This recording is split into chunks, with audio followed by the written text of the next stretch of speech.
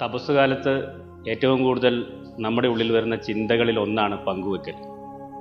പങ്കുവെക്കൽ സാധാരണ മനുഷ്യരെ സംബന്ധിച്ചിടത്തോളം അത്രയ്ക്ക് പരിചിതമുള്ള കാര്യമല്ലെങ്കിലും പ്രകൃതിയിൽ അത് എന്നും പരിചിതമുള്ള കാര്യം തന്നെയാണ്. നമ്മൾ ഇലകൾ തമ്മിൽ മുട്ടുമെന്ന് കരുതി വൃക്ഷങ്ങളെ അകത്തി നടാറുണ്ട്. പക്ഷേ ഇവ വളർന്നു വരുമ്പോൾ അതിൻ്റെ അടിയിൽ വേരുകൾ തമ്മിൽ പരസ്പരം ബന്ധപ്പെട്ട് പങ്കുവച്ചാണ് അത് വളർന്ന് ശക്തിപ്പെട്ട് നിൽക്കുന്നത്. അതുപോലെ തന്നെ മനുഷ്യനും പലതരത്തിലുള്ള പങ്കുവെക്കലുകൾ, പല ഏടുകളും നമ്മൾ കാണാറുണ്ട്.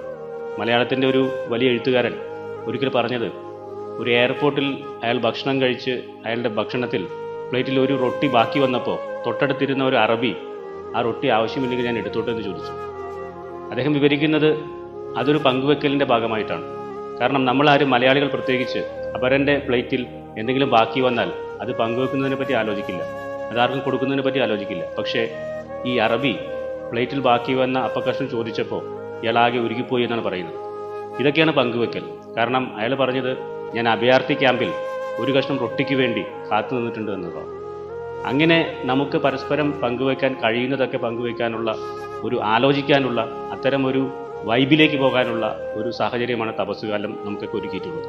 ഈ തപസ്സുകാലത്ത് നമുക്ക് ഉള്ളതൊക്കെ പങ്കുവെക്കാൻ, അത് സമ്പത്തായിരിക്കാം, അല്ലെങ്കിൽ സ്നേഹമായിരിക്കാം, അല്ലെങ്കിൽ ഇത്തരത്തിലുള്ള വികാരങ്ങളായിരിക്കാം, നമുക്കുള്ള ഒരു പങ്കുവെക്കലിനൊരു തുറവി, അതിനുള്ളൊരു സാഹചര്യം ഈ തപസ്സുകാലത്ത് നമുക്ക് ഉണ്ടാകട്ടെ.